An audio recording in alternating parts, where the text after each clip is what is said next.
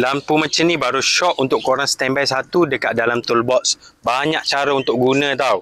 Kalau guna untuk kerja, korang boleh pakai dia punya magnet ni. Magnet yang kuat, mudah untuk tampal dekat besi. Yang ni lampu portable yang jenis rechargeable. Lampu ni memang sangat function, banyak mod cahaya. Yang ni mod pertama, yang ni mod kedua dan yang ni mod ketiga. Cahaya dia ni memang sangat terang, memang ngam kalau korang nak guna untuk buat kerja. Standby satu lampu ni dekat toolbox, nanti bila korang buat kerja dekat tempat gelap waktu malam, lampu ni memang sangat function. Dia ada banyak tempat mounting tau. Kaki dia ni korang boleh pusing-pusing macam ni. Untuk jadikan lampu meja, korang boleh adjust macam ni dan boleh adjust dia punya angle cahaya macam ni. Boleh pusing-pusing sampai ke depan macam ni. Jadi korang boleh adjust ikut situasi. Kalau korang nak gantung lampu ni dekat tempat besi, sangat-sangat mudah sebab dia ada magnet yang sangat kuat dekat bahagian belakang ni. Tampal je dekat besi macam ni. Lampu ni memang ngam. Saya banyak guna untuk buat kerja dekat atas silin. Bila waktu gelap, saya terus guna lampu ni. Tampal je dekat bawah bumbung yang jenis besi tu.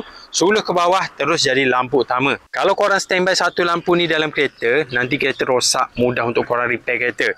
Kalau bahagian enjin rosak, korang tampal je lampu ni dekat hood kereta yang besi tu, terus suluh ke bawah, baru mudah untuk buat kerja. Magnet 2 biji dekat bahagian sini. Kalau korang nak gantung dekat tempat yang tak lekat dengan magnet, contohnya dekat kemah semua, korang boleh pakai dia punya cakuk ni. Boleh gantung dekat tempat-tempat, contohnya nak gantung dekat pokok semua. Dia punya cakuk ni korang boleh lipat dan simpan macam ni. Yang ni jenis compact macam ni. Dan kalau korang ada tripod, korang boleh gantung lampu ni dekat tripod, jadikan lampu utama. Boleh jadikan lampu kerja. Cucuk je tripod dekat sini dan gantung bagi tinggi.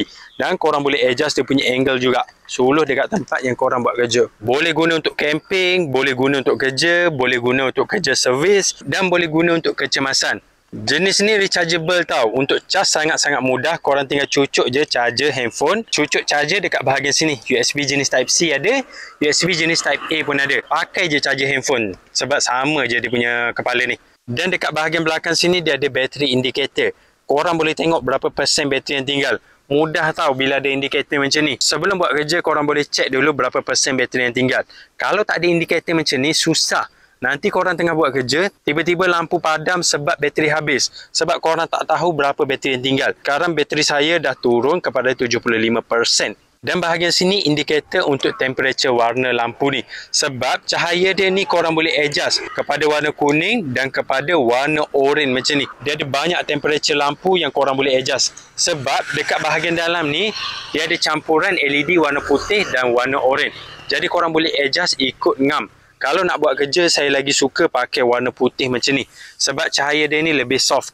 Kalau lagi-lagi dekat tempat gelap, warna putih ni lagi selesa untuk guna. Jadi kalau korang nak cari lampu portable yang banyak mood cahaya, cahaya dia ni terang, boleh adjust dia punya warna, banyak cara untuk mounting, mudah untuk lekat dekat magnet, jenis rechargeable, boleh bawa pergi camping, boleh guna untuk kerja dan boleh guna untuk kecemasan. Korang boleh cek lampu yang model ni. Yang ni memang padu.